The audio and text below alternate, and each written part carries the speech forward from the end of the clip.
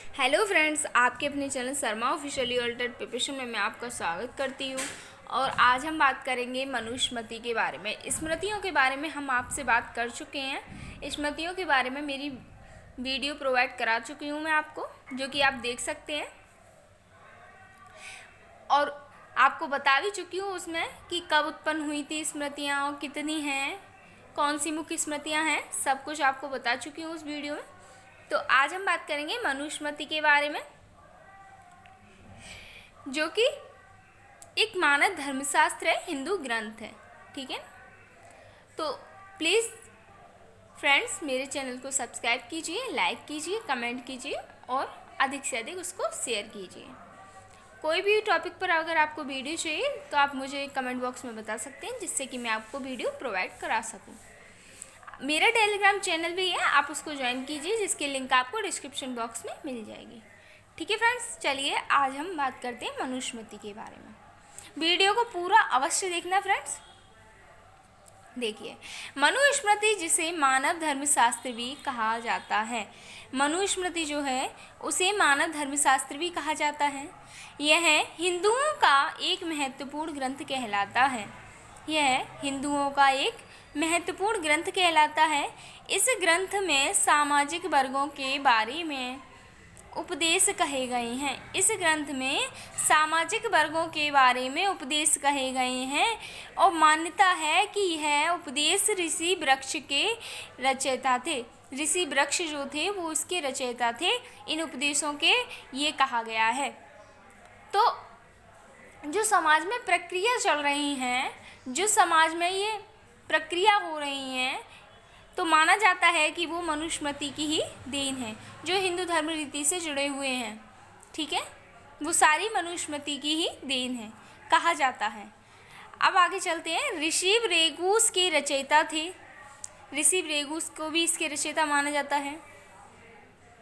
प्रत्येक अध्याय के अंत में उनका नाम लिया जाता है। ऋषि रेगुस जो थे उनका प्रत्येक अध्याय के अंत में नाम लिया जाता है मनुस्मृति में। ठीक है, जिस व्यक्ति ने लिखा था, जिस व्यक्ति ने मनुस्मृति को लिखा था, उनका नाम नहीं लिखा गया। उनका नाम नहीं लिखा गया। अनेक मत हैं इस मनुस्मृति के ऊपर भी, तो कुछ कहा नहीं जा सकता। ठीक है ना, कुछ स्पष्ट शब्दों में हम बयान नहीं कर सकते। ठीक है ना। सभी विद्वानों का अलग अलग मत है अपने अनुसार। ठीक है, तो यहाँ पर देखिए उनका नाम नहीं लिखा गया, लेकिन नाराजमर्ति 21वीं सदी में यह उल्लेख मिला है। नाराजमर्ति में 21वीं सदी में यह उपदेश उल्लेख मिला है कि मनुस्मृति के लेखक का नाम समती भार्गव थे। 21वीं सदी में यह कहा गया है कि मनुस्मृति के जो लेखक हैं वो समती भार्गव जी थे, लेकिन यहाँ पर भी क्लियर नहीं है। ठीक है ना, जो कि कोई महान व्यक्ति नहीं थे। समती भार्गव जी थे, लेकिन इनको कोई महान व्यक्ति नहीं माना जाता है। ठीक है, अब देखिए, परंतु धर्मशास्त्रीय ग्रंथकारों के अतिरिक्त शंकराचार्य सबर स्वामी, धर्मशास्त्रीय ग्रंथकारों के अतिरिक्त शंकराचार्य सबर स्वामी जैसे दार्शनिक भी प्रमाण रूपेण इस ग्रंथ को उद्धृत करते हैं। प्रमाण रूपेण मनुस्मृति ग्रंथ को उद्धृत करते हैं। और कुछ विद्वान मानते हैं कि परंपरा अनुसार यह स्मृति जो है वह स्वयं मनु द्वारा रचित है, यानी कि वह स्वयं मनु महाराज ने ही इसकी रचना की है। ठीक है ना, मनु महाराज जी ने इसकी रचयिता हैं, या उनकी मनुस्मृति की जो रचना की है वो मनु महाराज जी द्वारा ही की गई है। अब देखिए मनुस्मृति का संकलन। मनुस्मृति जो है यह 10,220 ईसा पूर्व, यानी कि मनुस्मृति जो है वो 10,220 ईसा पूर्व मनुस्मृति लिखी गई थी। कब लिखी गई थी? तो 10,220 ईसा पूर्व लिखी गई थी। और आज से, यानी कि जो 21वीं सदी चल रही है, ये आज से 12,234 बरस को उपलब्ध मनुस्मृति जन स्वास्थ्य अभियंताकारों के अतिरिक्त शंकराचार्य स्वामी जैसे दार्शनिक ने प्रमाण स्वरूप इस ग्रंथ को उद्धृत किया था। ठीक है ना? प्रमाण स्वरूप जिसने उद्धृत किया था वो हमारे कौन थे? शंकराचार्य स्वामी जी थे। आपको पहले भी यहाँ पे बताया जा चुका है। शंकराचार्य स्वामी जी थे। शंकराचार्य सवर स्वामी जी जैसे दार्शनिक भी प्रमाण रूपेण इस ग्रंथ को उद्धृत करते हैं, धर्मशास्त्रीय ग्रंथकारों के अतिरिक्त। ठीक है ना? तो ये हमारी जो मनुस्मृति है वो हिंदू धर्म ग्रंथ है। इसके जो उपदेश थे वो ऋषि वृक्ष के द्वारा रचित है। ठीक है ना? और इसके जो लेखक हैं वो मनु महाराज ही हैं, उन्होंने ही स्वयं लिखी थी। लेकिन अनेक विद्वानों के द्वारा अलग अलग मत दिए गए हैं, अलग अलग नाम दिए गए हैं। स्पष्टता से किसी को ये नहीं पता कि ये मनुस्मृति किसके द्वारा रचित है। ठीक है? तो आप ये याद रखिए कि मनुस्मृति जो है वो 10,220 ईसा पूर्व लिखी गई थी और आज से 12,234 बरस को उपलब्ध मनुस्मृति जो है वो जन स्वास्थ्य और अभियंताकारों को के अतिरिक्त शंकराचार्य स्वामी जी एक ऐसे दार्शनिक थे जिसने प्रमाण स्वरूप इस ग्रंथ को उद्धृत किया था। ठीक है ना? अब देखिए, मनुस्मृति के काल एवं प्रेरणा के विषय में नवीन अनुसंधानकारी विद्वानों ने पर्याप्त विचार किया है। मनुस्मृति के काल एवं प्रेरणा के विषय में नवीन अनुसंधानकारी विद्वानों ने पर्याप्त विचार किया है। ठीक है? पर्याप्त विचार किया है।